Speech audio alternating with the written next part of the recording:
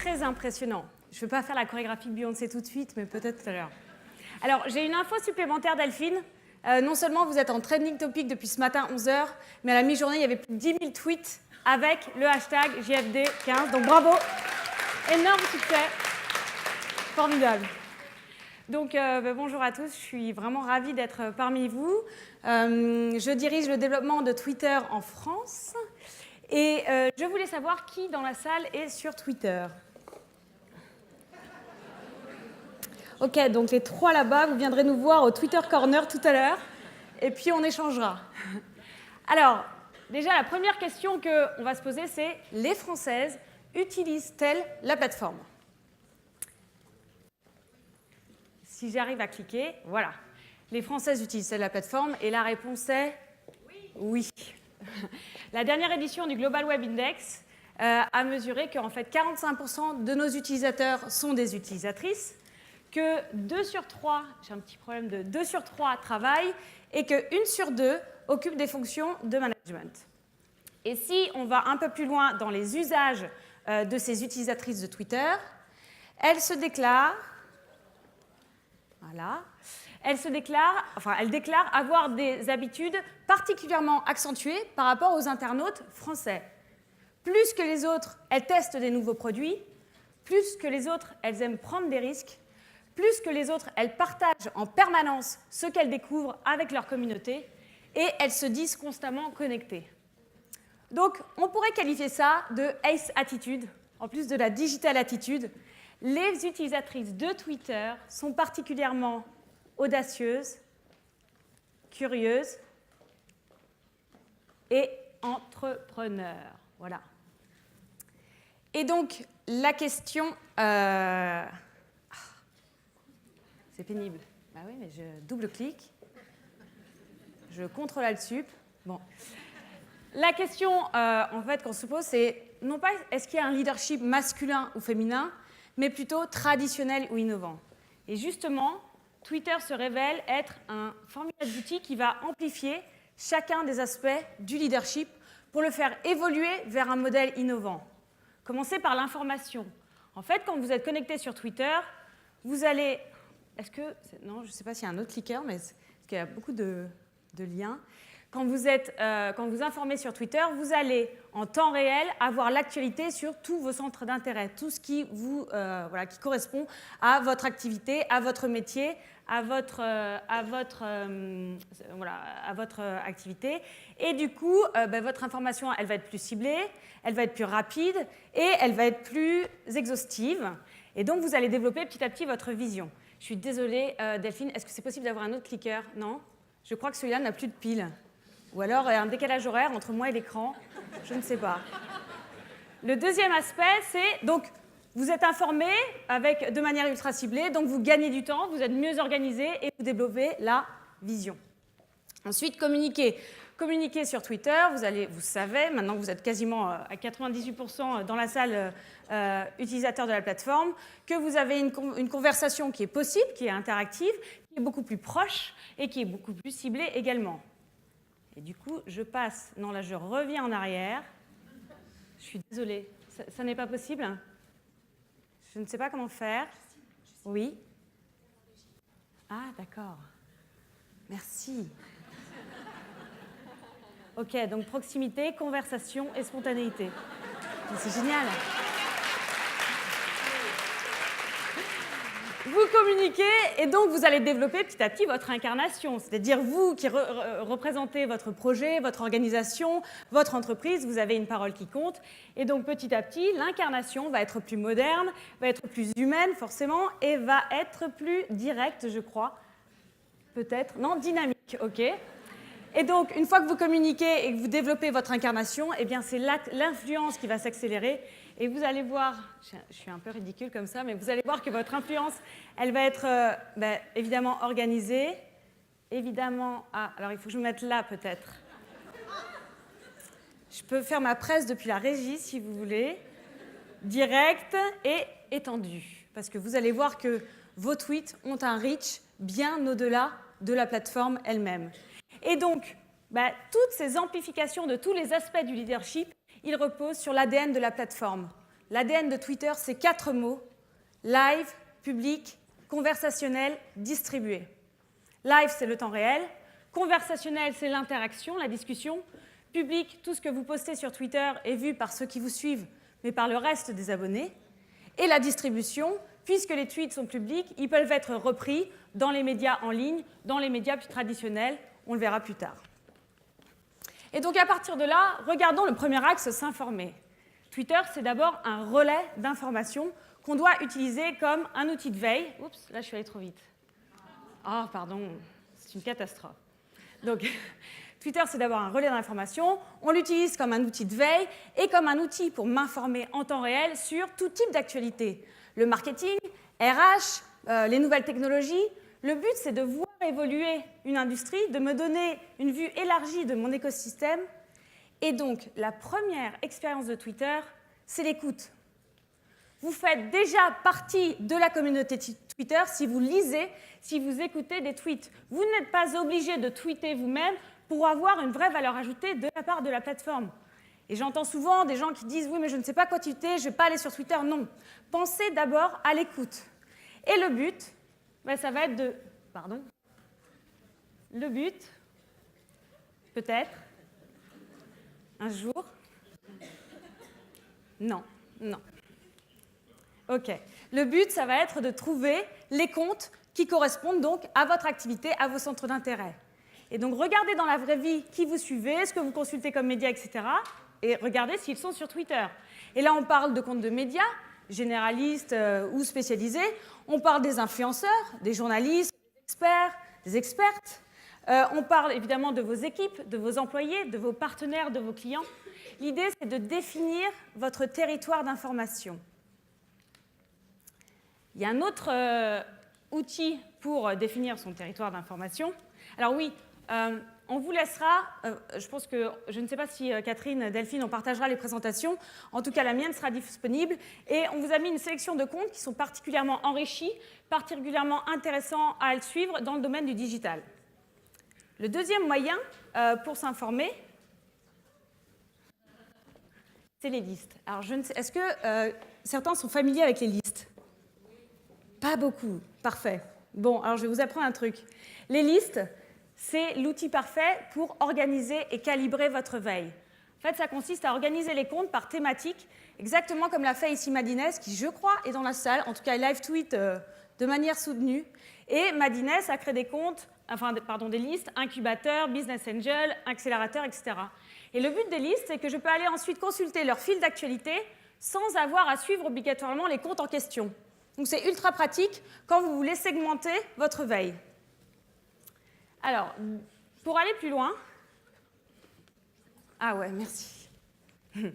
Pour aller plus loin, non, pas trop vite. Pour aller plus loin, TweetDeck.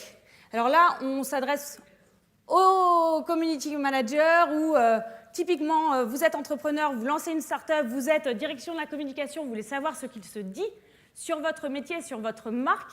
Utilisez cet outil qui est accessible depuis l'URL en bleu au-dessus. TweetDeck, c'est un outil Twitter qui est gratuit, qui est accessible depuis le web et qui vous permet d'organiser vos recherches par type de filtre, en fait. Vous allez suivre en temps réel tout ce qui se dit sur Twitter selon des critères que vous allez définir. Et là, vous voyez, par exemple, j'ai défini que je voulais suivre le compte de The Family ou un mot-clé ou un hashtag, les fameuses listes. Je peux mettre une colonne avec les listes en question. Et ensuite, vous avez des opérateurs de recherche ultra sophistiqués jusqu'à de la géolocalisation, par exemple. Là, j'avais filtré pour trouver les tweets qui étaient émis du Palais des Expositions à Barcelone pendant le World Mobile Congress. Donc, pensez TweetDeck au moment où vous êtes en train d'écouter tout ce qui peut se dire sur votre marque. Et enfin, petite astuce que j'utilise énormément, vous avez cette fonction notification qui vous permet, pour un compte que vous suivez, d'être alerté sur votre mobile à chaque fois qu'il émet un message ou qu'il interagit, par exemple un retweet.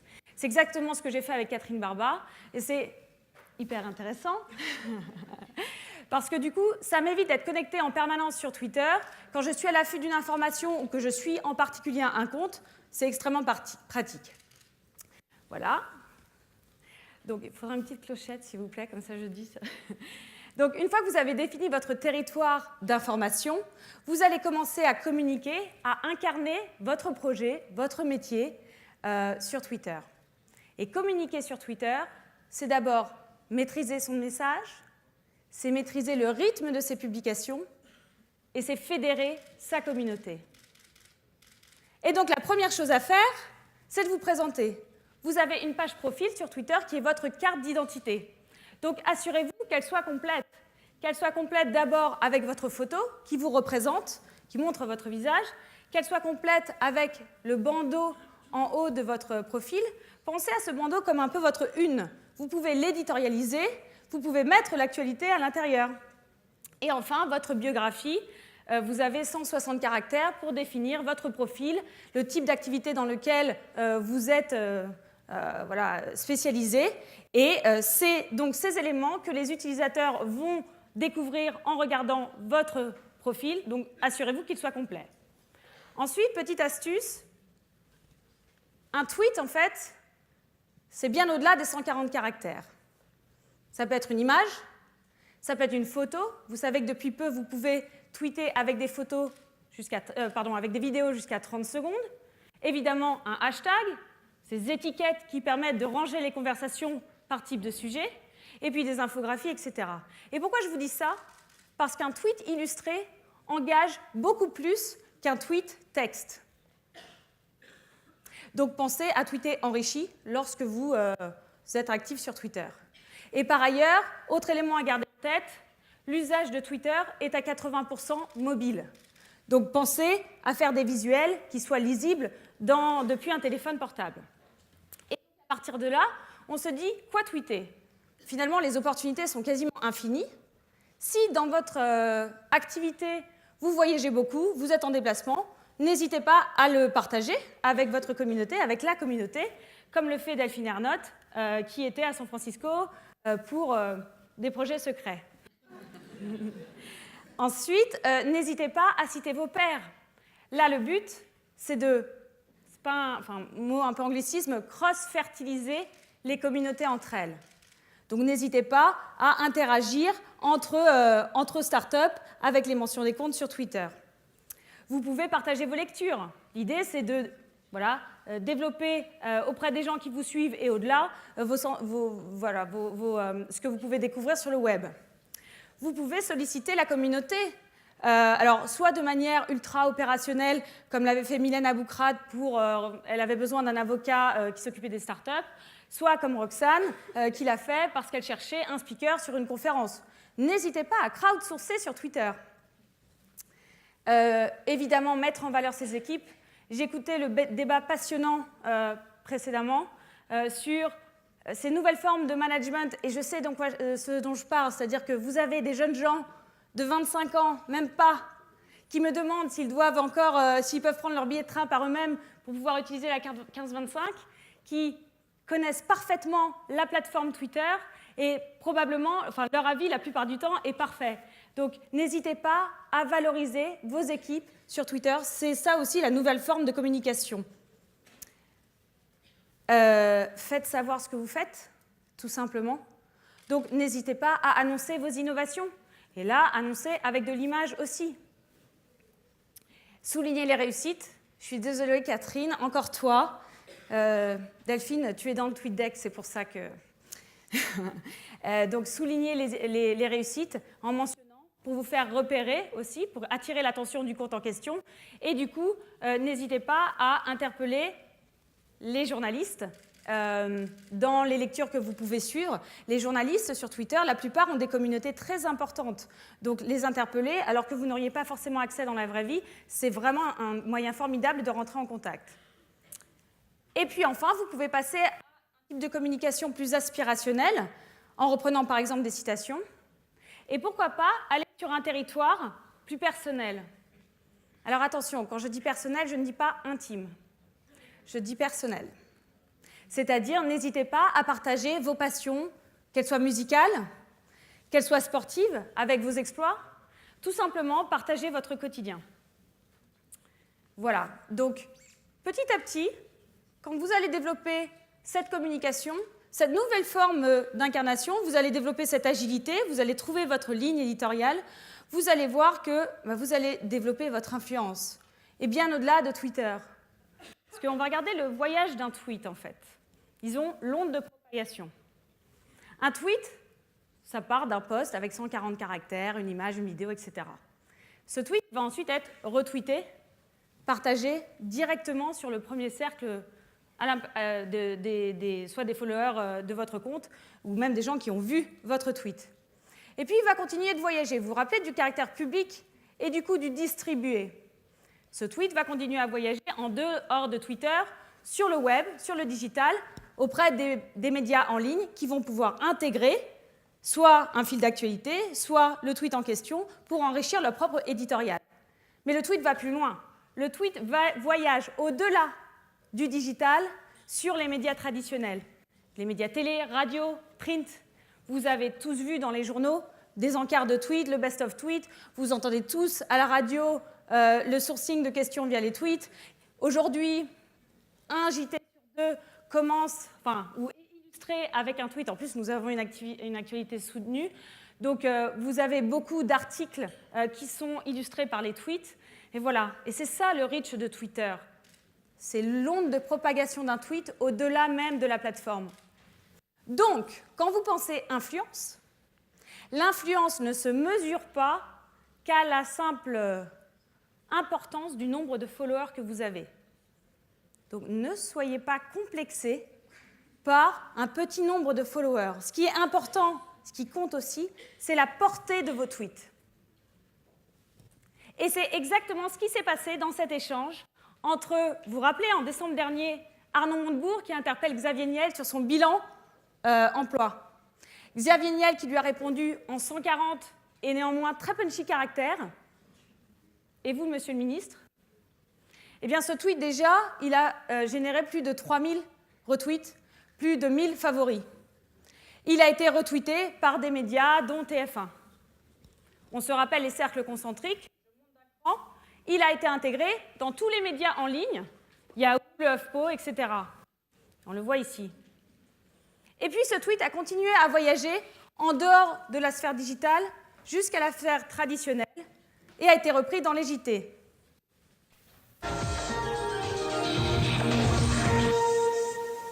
C'est une première. Un ministre et le patron d'une grande entreprise qui s'invective publiquement sur Twitter. Le match oppose Arnaud Montebourg à Xavier Niel, le patron de Free. Oui. Etc., etc., etc.